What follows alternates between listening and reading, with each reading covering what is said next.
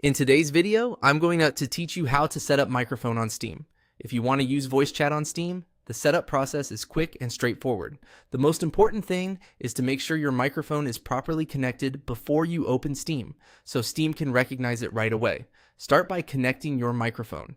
If you're using a USB microphone or a wired headset, plug it into your computer. If you're using a Bluetooth headset or microphone, make sure it's paired and connected in Windows first.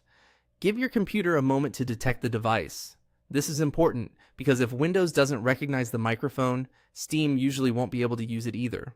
Once your microphone is connected and ready, open Steam. Then go to the top left corner of the Steam window, click Steam and select Settings.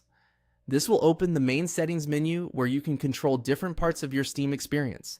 In the settings window, click Voice. This is the section where Steam manages voice input and microphone related options.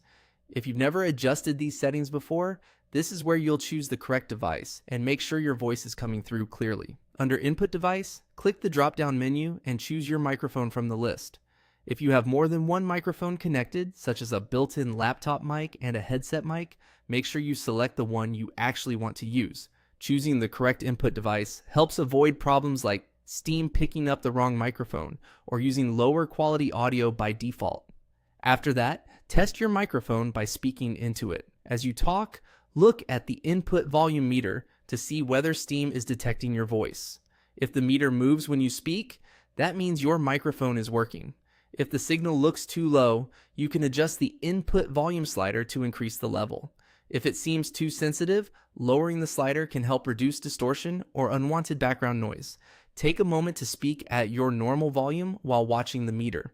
This gives you a more accurate idea of how your voice will sound during chats or in-game communication. And that's it. Once your microphone is selected and the input meter responds properly, your Steam microphone setup is complete.